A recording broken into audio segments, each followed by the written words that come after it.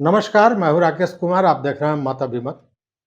आज पश्चिमी चंपारण के बेतिया में जिला मुख्यालय है, प्रधानमंत्री का चुनावी दौरा था। इस दौरे के बाद एनडीए का के जो लोग हैं, उन लोगों का जो उत्साह है वो देखते बन रहा है। लोकसभा चुनाव है, स्वाभाविक है कि प्रत्याशी और चुनाव की जीत इसी को सुनिश्चित करना था।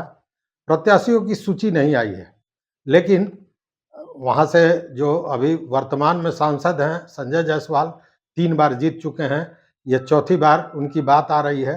हालाँकि उनके सामने भी प्रतिद्वंदी हैं एनडीए में। सारी चीज़ों का खुलासा करेंगे और खुलासा इसका करेंगे कि आखिर कौन इंडी गठबंधन से सामने खड़ा होगा और किस तरह का वो उनको चैलेंज देगा। इन सारे चीज़ों पर सूक्ष्मता से विचार करने के लिए हमारे साथ हैं वरिष्ठ पत्रकार और राजनीतिक विश्लेषक चंद्रभूषण पांडे जी। तो सर, आपका बहुत-बहुत स्वागत है। धन्यवाद। आज प्रधानमंत्री जी आए हैं और प्रधानमंत्री जी के आने के बाद स्थितियाँ स्वाभाविक है कि बदल गई हैं। चर्चाएँ हो रही हैं कि फलाने आएँगे, चिलाने आएँगे उम्मीदवार के रूप में। हालाँकि एनडीए के बारे में लोग आश्वस्त हैं कि संजय जायसवाल को ही टिकट मिलेगा। हालाँकि राजनीतिक गलियारों में उनके प्रतिद्वंदी की बात भी आ रही है कि कहीं कटा तो फलाने आएँगे।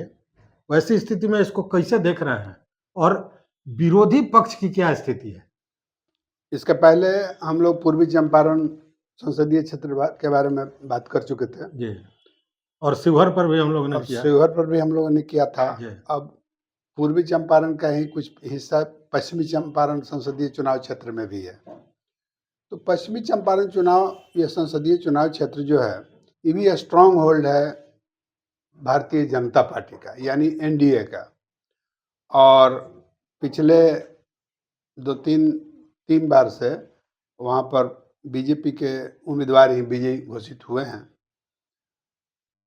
वहाँ पश्चिमी चंपारण संसदीय क्षेत्र की विशेषता यह है, कुछ विशेष बातें यह हैं चुनाव को लेकर के, कि वहाँ जो बिहार में एक जो मुख्य ओपोनेंट है आरजेडी, जो किसी न किसी गठबंधन में, महागठबंधन में रहती है, उसका सांगठनिक स्थिति वहाँ पर कमजोर है। तो मतलब प्रतिद्वंदी कमज़ोर है। प्रतिद्वंदी कमजोर है और वहाँ कोई ऐसे माने तपे तपाए नेता भी नहीं हैं जो समर्पित हो किसी दल के लिए या आरजेडी के लिए। जो वैसे लोग एक स्तंभ होते हैं जिनके अगल बगल में कुछ नए लड़के, नए एक्टिविस्ट लोग बढ़ते हैं, तो वैसा भी इसी परिस्थिति वहाँ नहीं है। इसलिए प्रतिद्वंदी वहाँ कमजोर है और एनडीए बड़ा सशक्त है और इसका संगठन भी बहुत अच्छा है। तो कुल मिला जुला अच्छा, कर प्रतिद्वंदी सर इतना कमज़ोर है, इसके पीछे क्या कारण है? उसका कारण यह है कि जब से वहाँ चुनाव होता रहा, तो पहले तो स्ट्रांग होल्ड था कांग्रेस का वहाँ। कांग्रेस से पहले लोग वहाँ पर सभी प्रत्याशी जिनको टिकट मिलता था वो सीधे जीत करके आते थे और वहाँ के जो पहले एमपी हुए थे वो तो हिंदुस्तान के एक जाने माने क्रांतिकारी भगत सिंह के बहुत करीबी आदमी ये श्री कमलनाथ तिवारी जी हुआ करते थे, जो जिनको हिंदुस्तान में भी जाना जाता है। तो वैसे प्रतिभावान लोग, वैसे राष्ट्र प्रेमी लोग में कमलनाथ तिवारी अग्रणी थे और उन्हीं से शुरुआत हुई थी। तो उस समय कांग्रेस वहाँ बहुत मजबूत थी और कांग्रेस गांधी जी के आंदोलन को लेकर के पूर्वी और पश्चिमी चंपारण में कांग्रेस के नेताओं की भरमार थी। तो उस दिन से जब जब इसकी राजनीतिक यात्रा शुरू हुई ये हम लोगों के तो जिले में, तो कांग्रेस ही बराबर जीतता रहा। हर पदों पर एमएलसी में हो, एमएलए में हो, हर चीज़ में लोग, एमपी में हो, ये सब कोई जीतते रहे थे। बाद के 77 के बाद से जनता पार्टी बनने और जनता पार्टी के मैंने विघटन नहीं कहिए, टूटने, कमजोर होने के बाद जो है सो जब लालू प्रसाद जी ने राजद अपना बनाया, तो मुख्य अपोजिशन के रूप में उनकी शक्ल सामने आ गई, सरकार बन गई और राजद ही मुख्य अपोजिशन हो गया। तो राजद जब से मुख्य अपोजिशन वहाँ हुआ, तो उसमें सबसे बड़े नेता साबित हुए रघुनाथ झा जी, जो शिवहर के नेता हुआ करते थे और उन्होंने वहाँ से लड़ करके विजय वो तो प्राप्त सांसद भी थे। सांसद वहीं से सांसद थे। जी, जी, जी। बेतिया से ही, मैंने पश्चिमी चंपारण से ही सांसद हुए थे, वो शिवहर से नहीं थे। तो उसके बाद और आगे पीछे वो राजद के अंदरूनी कलह को लेकर के हम समझते हैं कि अंदरूनी कलह और विभिन्न गुटों में बँटने के कारण जैसे साधु यादव जी भी वहाँ से चुनाव लड़ गए थे जब जब रिजिम था राबड़ी देवी का, तो उनके समय में ज़्यादा टूट-भंग हो गया और पार्टी बिखर गई और उस पार्टी को फिर कोई ऑर्गेनाइज़ करने के लिए किसी ने मेहनत नहीं किया, इसलिए उ उसकी और चूँकि अब इसको आप बेहतर बताइएगा कि राजद यादव बहुल पार्टी हाँ, मानी जाती है हाँ, बात है। और जब मिनी चंबल के नाम से वो जगह जाना जाता था, उस समय जो वो दस्यु लोग थे, मैक्सिमम उसी स ज उसी से जैसे कई समुदाय से नाम आते हैं आता है। उसी जी, समुदाय से आते हैं। जी। तो वो भी एक कारण था कि लोग माने भय खाते थे कि अगर ऐसा आदमी चला आएगा तो क्या होगा समाज में? असल में उस समय से वो बिहार का मिनी चंबल के रूप में हाँ, भागड़ यादव और हाँ, कौन-कौन नाम और सब ये कोई अखबार वाले लोगों का कहना नहीं है या विरोधी दल का, कोर्ट ने इसको ऑब्जर्व किया था ऑब्ज़र्व किया। और कि ये मिनी चंबल हो गया है और दिन-रात जो है सो किडनैपिंग, मर्डर, लूट-खसोट ये सब चलता रहता था। तो इससे एक भय का वातावरण चंपारण में ऐसा बना कि बिहार के लोग चंपारण आने से डरते थे। डरते थे। नौकरी छोड़ कर के लोग भाग जाते थे। तो और उस समय लालू जी, राबड़ी जी इन लोगों का शासन चल रहा था। तो उसी समय से ये समाज में ये विश्वसनीयता लोग कम हो गया। जी। हाँ, खोने लगे थे। और अंत में आकर के साधु यादव जब लालू यादव से अलग हो गए, उन लोगों में दरार हो गया, तो साधु यादव भी यहाँ से चुनाव लड़ गए, हाँ, राजद के खिलाफ खिलाफ में लड़े खिलाफ जी, और राजद का जो संगठन था उसको नष्ट करने में बड़ी भूमिका है। हाँ, वो भूमिका माने मानी जा सकती है। मानी जा सकती है, जी। क्योंकि लोग उसी में खंड-खंड हो गए हुँ, हुँ, और हुँ। वो जो उसके बाद ये ऑर्गेनाइज़ नहीं हो सका। नहीं। इसको बढ़िया ढंग से संगठन को खड़ा करने का काम हुँ। किसी ने किया नहीं। चुनाव का वक़्त ला करके लोग अपना यूज़ कर लेता था। तो उसमें भी एक सबसे बड़े नेता वो शिवहर के विधायक या बिहार के बराबर बिहार में लालू यादव के रेजिम में मंत्री रहे हुए बहुत स्ट्रॉन्ग नेता थे, रघुनाथ झा जी। वो चुनाव लड़े और जीत गए। तो बस उसके बाद कोई नेता वहाँ नहीं। नहीं हो सका। यही कारण है कि एनडीए का पोज़ीशन वहाँ बहुत मजबूत है और विपक्ष का। उसके अलावा एक और चीज़ भी है। जब ये लोग राजद अपोज़िशन यानी भाजपा का अपोज़िशन जो लोग हैं, ये लोग वहाँ चुनाव लड़ने का जब महागठबंधन करता है, तो हर बार एक नए दल का वहाँ उम्मीदवार को खड़ा कर देता है। वो दे देता है सीट नए उम्मीदवार को। तो उसमें उपेंद्र कुशवाहा का भी कैंडिडेट लड़ा था हुँ। पिछले बार, तो वो भी परास्त हो गए थे। तो कभी उस गुट का, कभी उस गुट का आता रहा, तब बार-बार इलेक्शन में भी इस पार्टी को संगठन खड़ा मजबूत करने का मौका ही नहीं मिला। मौका नहीं मिला हुँ। और उसी स्थिति में वो आज भी है। आज तो और ऐसे एलआई दल के लोग खड़े होते होंगे तो मुख्य दल का लोग उसमें माने बहुत उत्सुकता के साथ लगता नहीं है। हाँ, अब ये तो मतलब समझिए कि विशेष बात है कि जब इस बार के चुनाव में इंडिया गठबंधन के लोग या एनडीए के लोग आज चुनाव में मैंने चुनाव इतनी तेजी पर है और अभी घोषणा नहीं हुई है लेकिन चुनावी बिगुल बज चुका है बच चुका है। और कैंडिडेट सबके सामने आ गए हैं। फिर भी पश्चिमी चंपारण में विपक्ष का नाम ढूंढने से मिल नहीं रहा है। अच्छा, नाम भी जो आ रहा है ऐसा ऐसा जो दूसरे दल के लोग थे, वो आरजेडी के लोग थे भी नहीं। माने बहुत विश्वसनीय नाम नहीं आ विश्व रहा है। पार्टी के लिए विश्वसनीय नाम नहीं है। नहीं है। हुँ। हाँ, तो यही उनकी स्थिति यही है। जैसे एनडीए में क्या सर इन्हीं को मिलेगा क्या इस बार? क्या लग रहा है कि संजय जायसवाल ही जो 3 बार से चुनाव लड़े हैं? संजय जी हालाँकि भले एनडीए की और मोदी जी का लहर हो, लेकिन संजय जायसवाल को लेकर कहा जाता है कि बहुत लोकप्रिय हों, क्षेत्र में ऐसा नहीं है चूँकि चंपारण का भी 3 विधानसभा है उसमें। हाँ, ये आप देखिएगा कि पश्चिमी चंपारण संसदीय क्षेत्र जो है, इसमें 3 पश्चिम चंपारण का विधानसभा क्षेत्र है और 3 पूर्वी चंपारण का विधानसभा क्षेत्र है। तो इसमें रक्सौल, सुगौली और नरकटिया पूर्वी चंपारण का है। अब पश्चिमी चंपारण में बेतिया प्रॉपर, चनपटिया और नौतन विधानसभा क्षेत्र हैं। तो अब बार-बार के चुनाव में अभी भी ये जो डॉक्टर संजय जायसवाल हैं, तो इनके बारे में मैं बता दूँ आपको कि ये श्री डॉक्टर मदन जायसवाल के ये पुत्र हैं। डॉक्टर मदन जायसवाल का परिवार पहले से वो जनसंघी था। जब जब जनसंघ था, तो उस समय ही इनके परिवार के लोग जनसंघ का नेतृत्व संभाल रहे थे। और मदन जायसवाल जी उसी समय से इस पार्टी में आए और भाजपा के बड़े नेता हुए। तो डॉक्टर मदन वो भी जायसवाल सांसद थे। हाँ, 3 बार सांसद हुए। 3 बार सांसद। हाँ, और काफ़ी माने लोकप्रिय थे और अच्छे डॉक्टर भी थे। ये पूरा परिवार ही डॉक्टर का है। इनकी पत्नी डॉक्टर मदन जायसवाल की पत्नी डॉक्टर थी, डॉक्टर मदन जायसवाल डॉक्टर थे। उनके पुत्र जो अभी संजय सांसद हैं, जायसवाल। संजय जायसवाल डॉक्टर हैं, इनकी भी पत्नी डॉक्टर है। तो ये परिवार इस पार्टी से बराबर जुड़ा रहा है। बीच में थोड़े समय में थोड़ा-सा ये कुछ पार्टी राजद-वाजद से हाँ, भी हो हाँ, गया इनका था। संबंध हुआ था। तो डॉक्टर ये संजय जायसवाल जो हैं, 3 बार इनके पिताजी भी यहाँ से सांसद हुए थे और ये भी 3 बार यहाँ चुने गए हैं, अभी तक। अभी अपनी बार इनको टिकट मिलेगा तो ये चौथी चौथी बार होगा। चौथी बार होगा। तो डॉक्टर संजय जायसवाल के को जो ये इनको मत मिलता है, पिछले 3 चुनाव को का मत आप देखेंगे, तो पश्चिम चंपारण का जो क्षेत्र है, इनका जो नेटिव जहाँ के हैं, रहने वाले हैं बेतिया के प्रॉपर ही।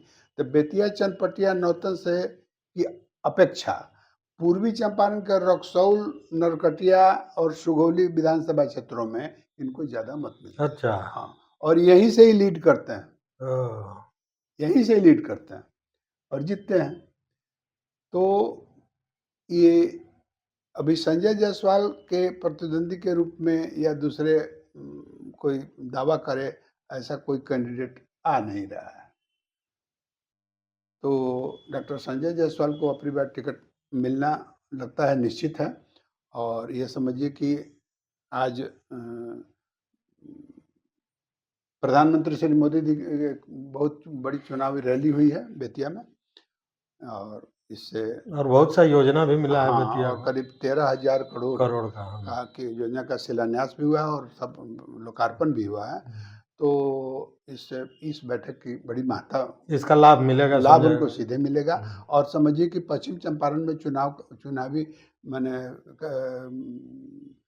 संग्राम शुरू हो गया और आज से प्रचार भी शुरू हो गया। हमको लगता है सर कि पिछले 15-20 वर्षों के बाद प्रधानमंत्री का वहाँ पे रैली हुआ। हाँ, इसका इतिहास तो यह है कि पश्चिम चंपारण क्षेत्र में ये तीसरे प्रधानमंत्री हैं जिन्होंने बैठक की है या रैली की है। अच्छा। है ना? पहले वो 63-64 के करीब में पंडित जवाहरलाल नेहरू जी ने पंचवर्षीय योजना के तहत वो भैंसालोटन डैम का जो है वो शिलान्यास हुआ था जिसमें नेपाल के तत्कालीन महाराजा महेंद्र जी आए हुए थे और इधर से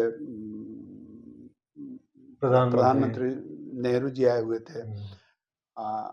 दूसरा स्मरणीय होगा कि उसके बाद श्री राजीव गांधी जी ने एक बहुत बड़ी सभा की थी लौरिया और बेतिया में और उसके बाद ये तीसरे प्रधानमंत्री हैं। माने राजीव गांधी के बाद ये तीसरे प्रधानमंत्री हैं जो बेतिया में उन्होंने एक रैली की है। इस जबकि बेतिया बहुत ऐतिहासिक जगह है, पश्चिम चंपारण जिला समझिए प्राकृतिक संपदाओं से पहाड़, झील, झरना, टाइगर रिजर्व ये सब चीज़ें बहुत वहाँ हैं और वहाँ तो जाट पंचम भी आ चुके हैं पश्चिम चंपारण में। इतना बढ़िया वहाँ का माने समझिए कि रहने लायक जगह है। प्राकृतिक संपदा है और स्वास्थ्य के दृष्टिकोण से भी बड़ा लाभकारी है। तो जॉर्ज पंचम जब इंडिया में आए थे तो वहाँ जाकर के वो भिगनाठुरी में एक रात का निवास किए थे। तो इसलिए गांधी जी एक वर्षों तक जो है सो बेतिया में भी बहुत ज़्यादा निवास किए थे। तो मिला-जुला करके पश्चिम चंपारण का ऐतिहासिक गौरव बहुत बड़ा है और लेकिन प्रधानमंत्री जी लोग वहाँ कम जाना चाहते हैं। पिछले कुछ दिनों पहले की बात है कि वहाँ पर ये कांग्रेस के राहुल गांधी जी भितियारवा आश्रम गए हुए थे, एक सभा की थी। लेकिन और कोई आदमी वहाँ तो राहुल गांधी गए थे वो कांग्रेस नेता के रूप में, हाँ। प्रधानमंत्री के रूप ना में प्रधानमंत्री को राजीव गांधी के बाद यही है मोदी जी आए। मोदी जी हैं। तो इसका इम्पैक्ट वहाँ होगा हाँ। होगा और इम्पैक्ट होगा और वहाँ पर उसकी विशेषताओं में एक और विशेषता है पश्चिम चंपारण की कि वहाँ थारू लोग जो माने जंगलों में के क्षेत्रों में निवास करते हैं, तो उनका एक अपना कल्चर है, बहुत धनी कल्चर है। और पिछले कुछ दिन पहले उनको जनजाति का दर्जा मिल चुका है, तो उससे उन लोगों का काफ़ी विकास हो रहा है। और उस क्षेत्र में बिहार सरकार के द्वारा भी काफ़ी विकास किया गया है। और टूरिस्ट प्लेस अब भैंसालाटन को पहले से बहुत बेहतर बनाया गया है। इस सब चीज़ को लेकर के पश्चिम चंपारण बराबर चर्चा में भी है, बड़ा धनी है प्राकृतिक संपदा में। अरे राजनीतिक क्षेत्रों में यही स्थिति हाँ, रही है। एनडीए में हमको लगता है कि जदयू की भी अच्छी पैठ है। हाँ, भाजपा के बाद अगर वहाँ पश्चिम चंपारण लोकसभा में किसी की पैठ है तो जदयू है। जदयू है। उसका कारण यह रहा है कि नीतीश कुमार जी जो इसके सुप्रीमो हैं जदयू के, पूर्वी चंपारण में भाजपा का वर्चस्व इतना ज़्यादा है कि यहाँ वे अपने समर्थक को बढ़ा नहीं पा रहे हैं कुछ दिनों से। लगभग 20 वर्षों से वो प्रयास करते रहे हैं, लेकिन यहाँ बढ़ नहीं रहा है। लेकिन पश्चिम चंपारण में खास करके उन्होंने पश्चिम चंपारण में उनके समर्थकों की संख्या पूर्वी चंपारण से ज़्यादा है। अथरवट में बड़ा काम भी हाँ, बहुत किए हैं, बार-बार जाते हैं, हम्म। सब चीज़ों को देखते हैं जो चीज़ होता है। और चंपारण में नीतीश कुमार के समय में और कोई विकास के तो हम कोई चीज़ को गिना नहीं पाएँगे, लेकिन पश्चिम चंपारण में वीटीआर मतलब कि वो टाइगर रिज़र्व जो है, वाल्मीकि नगर टाइगर रिज़र्व और थारू क्षेत्रों में नीतीश कुमार ने बहुत रुचि लेकर के वहाँ पर डेवलपमेंट किया है और बार-बार उसकी समीक्षा भी किए हैं और वो प्लेस अब पहले से बहुत सुंदर भी हो गया है। ऐतिहासिक चीज़ सभी है, लौरिया में अशोक स्तंभ है, वहाँ जानकीगढ़ भी है। अभी इन सब चीज़ों का विकास होना बाकी है। शुगर फैक्ट्री, जबकि पूर्वी चंपारण में 2 शुगर फैक्ट्री बंद हो गया है, लेकिन अभी पश्चिम चंपारण में शुगर फैक्ट्री की स्थिति अच्छी है और इससे ज़्यादा किसान भी समृद्ध हैं वहाँ चल रहा है और शुगर केन का बहुत अच्छा अच्छा, इसको हम लोग क्या कह सकते हैं कि राजनीतिक रूप से वहाँ के लोग कम जागरूक हैं क्या? एक चीज़ देखते हैं कि पूर्वी चंपारण में राजनीति के प्रति जितनी संवेदना यहाँ के लोगों में है, पश्चिम चंपारण में राजनीति से मैंने संवेदना युक्त ज़्यादा पश्चिम चंपारण के लोग नहीं हैं। वहाँ के लोग अपने काम में ज़्यादा दिलचस्पी लेते हैं। पूर्वी चंपारण में राजनीति में सब काम करते हुए लोग ज़्यादा रुचि नहीं, यहाँ तो सर काम छोड़ के लोग राजनीति में रुचि लेते हैं। ज़्यादा लेते हैं। हाँ। तो इसमें कमी है। तो हालांकि हमको लगता है कि हायर एजुकेशन में पूर्वी चंपारण से पश्चिम चंपारण बहुत आगे है। वहाँ के लोग बराबर जो है सो उन लोगों का बॉर्डर से उत्तर प्रदेश से लोग जुड़ते हैं, तो बनारस, दिल्ली, नई दिल्ली, ये सब यूनिवर्सिटीज़ में, जेएनयू, इस सब में ज़्यादा विद्यार्थी पढ़ते हैं। और यह नहीं कि कोई धनी विद्यार्थी पढ़ने जाता है, गरीब से गरीब लोग जो है सो वो गंडक नदी तैर करके चले जाते हैं उस पार बिना नाव का पैसा नहीं देने के लिए, है ना। तो वहाँ गरीब लड़के भी, बहुत कमज़ोर वर्ग के लड़के सभी बीएचयू में सबसे ज़्यादा पढ़ाई करते हैं।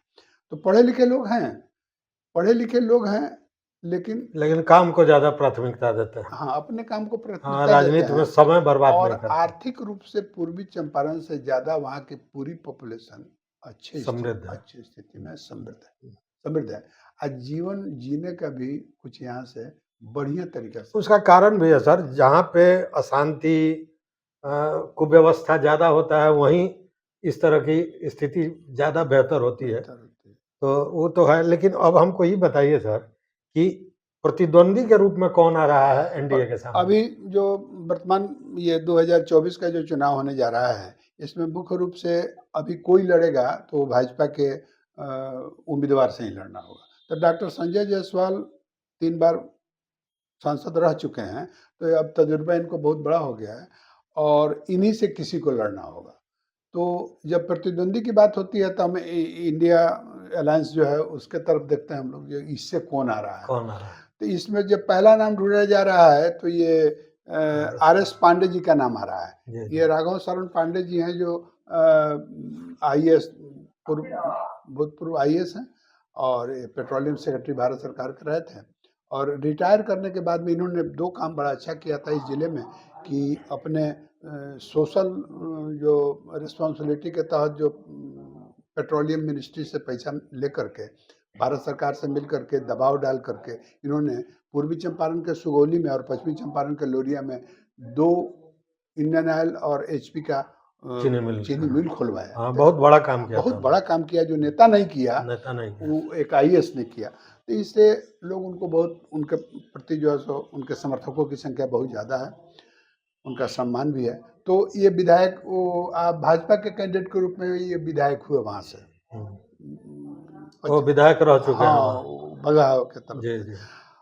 लेकिन दूसरी बात, इनको टिकट नहीं मिला, है ना, और ये चाहते थे कि हम एमपी का टिकट लड़ें। तो अब ये आरजेडी के टिकट के दावेदार के रूप में सबसे आगे आ गए हैं और इनका पोस्टर वोस्टर भी चारों तरफ लगा हुआ है।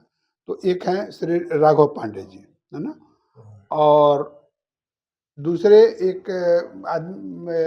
कैंडिडेट जो अपना दावा कर रहे हैं और इच्छा से अनिच्छा से, एक यहाँ पर नरकटिया के एक आयुर्वेद के डॉक्टर हैं, डॉक्टर समीम। अच्छा, विधायक समीम। हाँ, नरकटिया से वो विधायक हुए हैं पहले बार।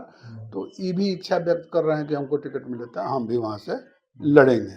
और एक नाम और कोई बता रहा है कि वो कोई राजन जायसवाल हैं, जो मुंबई में कारोबारी हैं, तो वो भी लड़ने की इच्छा। अच्छा सर, ये राघव शरण सिंह जो आरएस पांडे साहब हैं, इनके बारे में तो समझ में आ रहा है कि बहुत बड़ा काम उन्होंने किया। हाँ, और विधायक भी रहे तो जनता के बीच में रहे।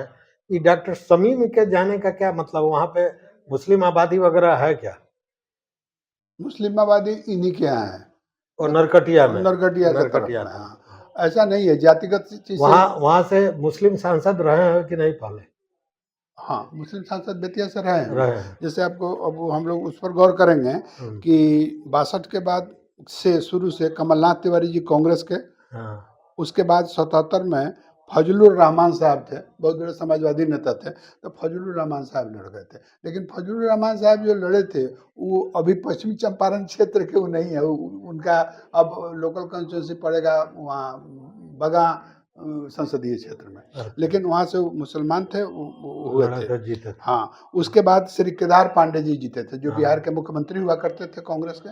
तो केदार पांडे जी पश्चिम चंपारण से जीते थे, और जब यहाँ से वो चले गए दिल्ली, केंद्रीय मंत्री भी थे। हाँ, केंद्रीय रेल मंत्री थे, सिंचाई मंत्री थे।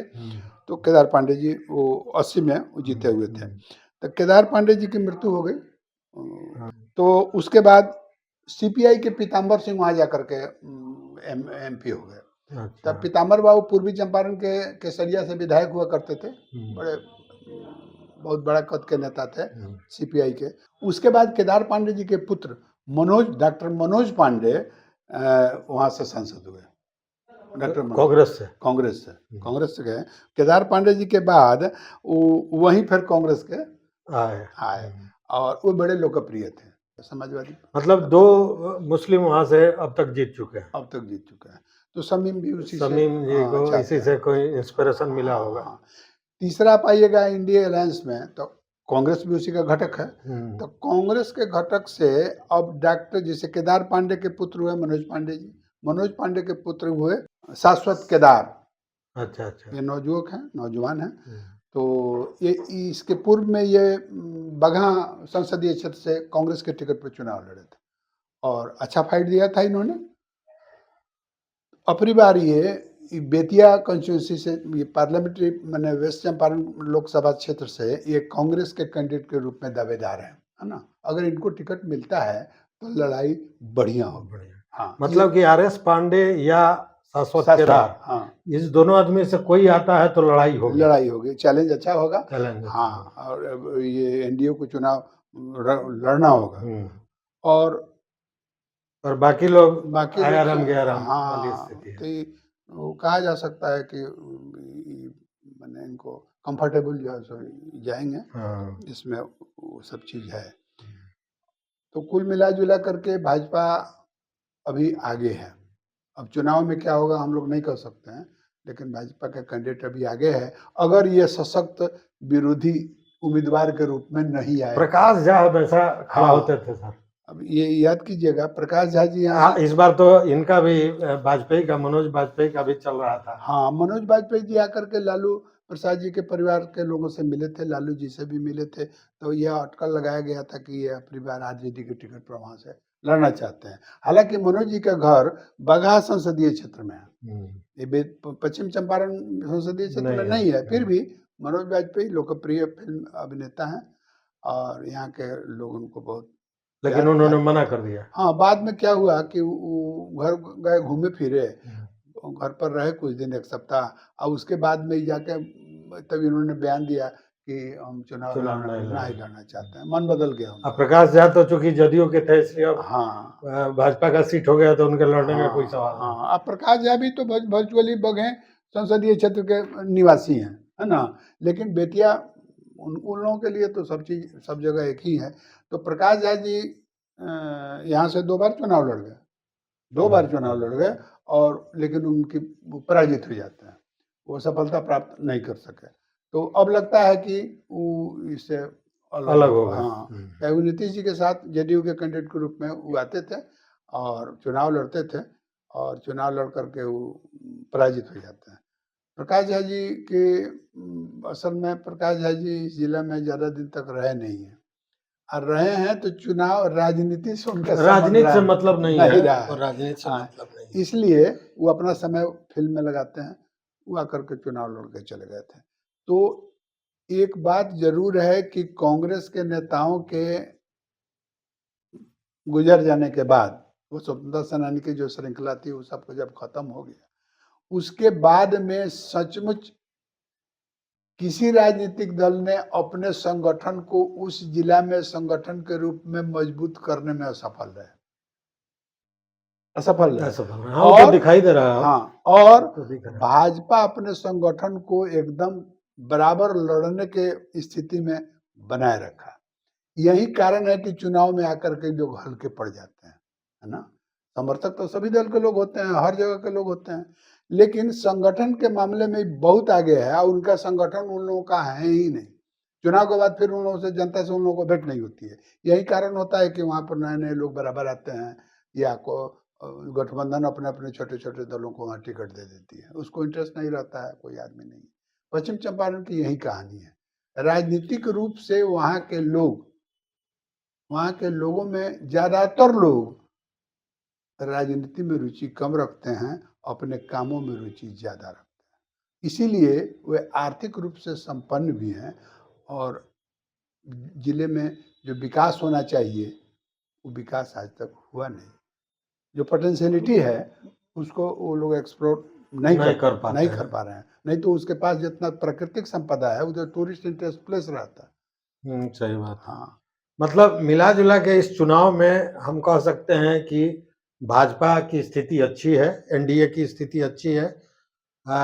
संजय जायसवाल 3 बार से जीत चुके हैं, इस बार भी उम्मीद की जा रही है कि टिकट उन्हीं को मिलेगा।